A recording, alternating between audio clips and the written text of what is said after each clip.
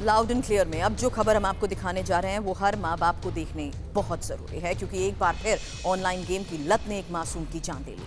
आपको blue whale game याद होगी, जिसके टास्क के जरिए ही खिलाड़ी को आत्महत्या के लिए मजबूर किया जाता था। ऐसी ही एक और गेम अब सामने आई है, जिसने पुणे के एक बच्चे को टास्क पूरा करने के लिए 14वीं मंजिल से छलांग लगाने को मजबूर कर दिया। उमेश श्रीराव नाम के बच्चे की मौके पर ही मौत हो गई। घटना पुणे के पिंपरी चिंचवाड़ इलाके की है।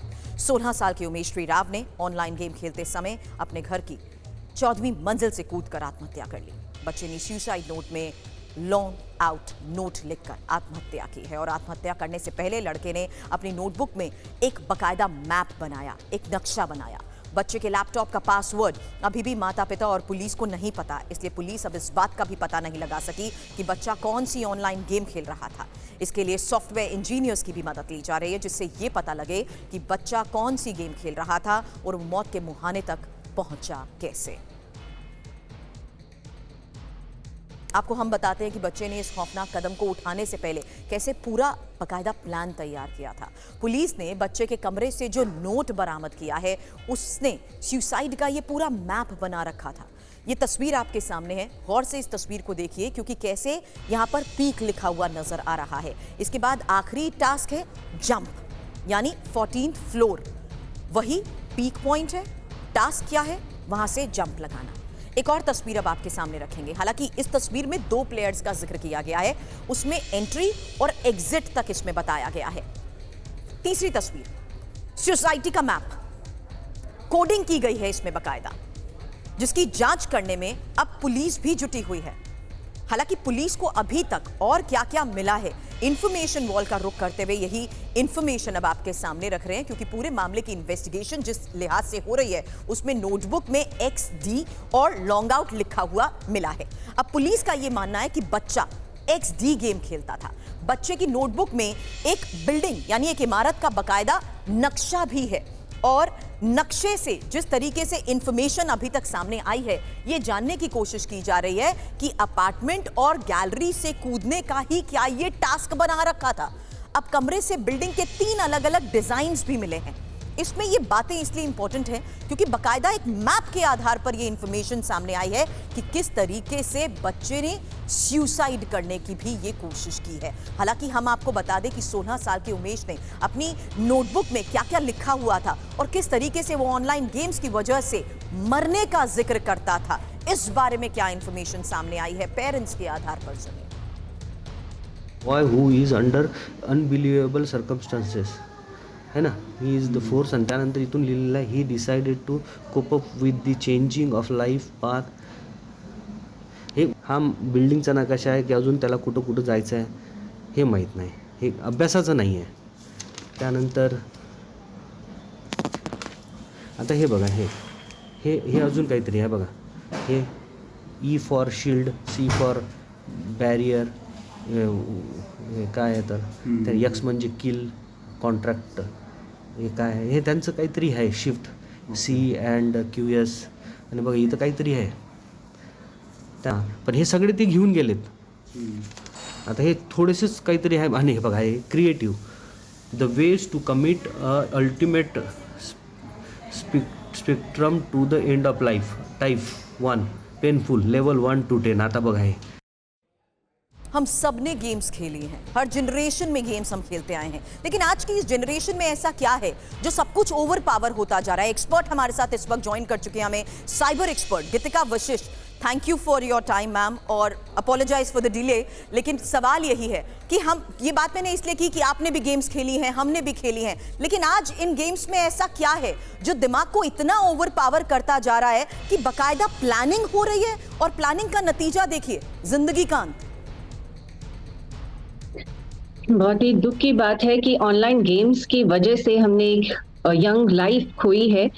सो आजकल एक्चुअली कुछ एक मिलिशियस, जिसे हमने पहले भी डिस्कस किया था, कुछ लोग बनाते हैं गेम्स, कुछ टेंडेंसी होती है कुछ लोगों की इस तरह से कि वो दूसरे की साइकी को अफेक्ट करें, और कुछ बच्चों को वो टारगेट बनाते हैं, they just enjoy the process. तो it's a serious psychological issue as well, apart from what preventive measures we can take to deal with these issues.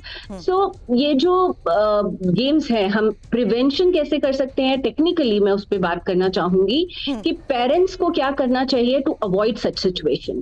Counselling, of course we know it's important to counsel the child and to educate the child that these kind of games can be there, these kind of incidents can happen, they can come across such situations where they are asked to even take their life or do certain things which are not appropriate. So this counseling can be done, but apart from that, what are the measures, preventive measures that parents can take? I would like to just tell that, and I would like all the parents to pay attention to that as well. Ma'am, So I we request can you have कि some, अगर आप हिंदी में इस बारे में बताएं। Okay, बिल्कुल, sorry. सो हम कुछ हमारे पेरेंटल कंट्रोल सॉफ्टवेयर्स हैं। अगर आप सिंपल गूगल की बात करें, बच्चे गूगल सर्च कर रहे हैं, क्या सर्च कर रहे हैं, तो गूगल में भी आप सेटिंग में जाके सेव सर्च का ऑप्शन एनेबल कर सकते हैं। अगर आप यूट्यूब, आपका बच्चा ज्यादा देखता है, आपको लगता है यूट्यूब से वो कुछ गलत सीख सकता है, यूट्यूब में भी रिस्ट्रिक्टेड मोड का ऑप्शन है। इसके अलावा आजकल मॉडर्न डे जो हमारे राउटर्स हैं, हम उनमें भी कॉन्फ़िगरेशन ऐसे कर सकते हैं टू रिस्ट्रिक्ट द टाइम और to monitor all the activities.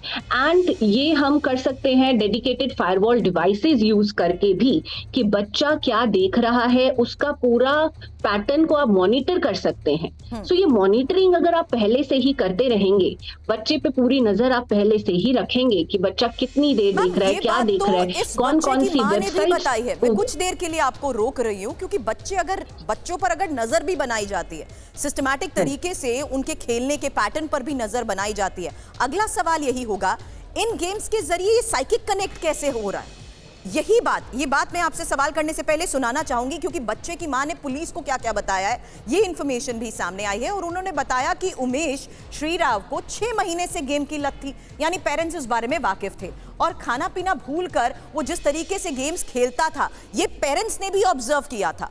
घंटों अकेले बातें भी वो करता रहता था, और 25 जुलाई को पूरे दिन जिस तरीके से वो कमरे में बंद रहा, सिर्फ खाने के लिए ही वो कमरे से बाहर आया, यानी बच्चे की गतिविधियों पर पेरेंट्स ने नजर तो जरूर रखी थी, लेकिन बावजूद उसके ऐसा क्या हुआ और किस तरीके से अपने आपके घर में भी अगर छोटे बच्चे हैं तो आपको किन बातों का विशेष ध्यान रखने की जरूरत है, ये भी जान लीजिए, क्योंकि ये एक गेमिंग डिसऑर्डर है और किस तरीके से पेरेंट्स को इसको लेकर अलर्ट हो जाना चाहिए, यही आज हम आपको बताने की कोशिश भी कर रहे हैं। क्योंकि बच्चा जो भी गेम खेलता है उसकी एज लिमिट आप सबसे पहले चेक करें, और बच्चे को ज्यादा देर तक ऑनलाइन गेम ना खेलने दें, यानी एक टाइम लिमिट सेट करके रखिए।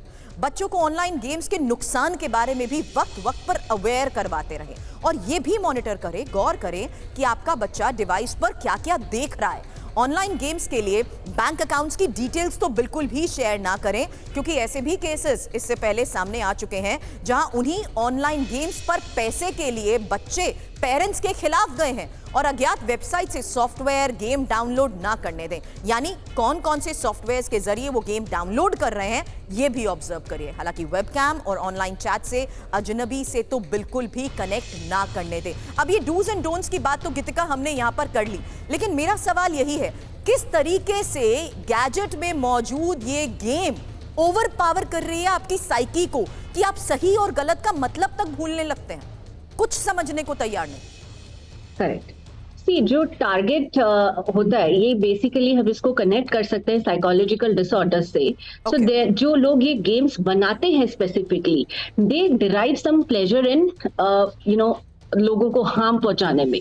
सो कुछ ये साइकोलॉजिकल डिसऑर्डर्स लोगों में देखे जाते हैं जो डेलिबरेटली ऐसे गेम्स का निर्माण करते हैं, वो विक्टिम्स ढूंढते हैं, वो बहुत इंजॉय करते हैं जब कोई ऐसा काम को वो अंजाम देते हैं जिसमें किसी की जान तक जा सकती है या किसी को नुकसान पहुंचाते हैं।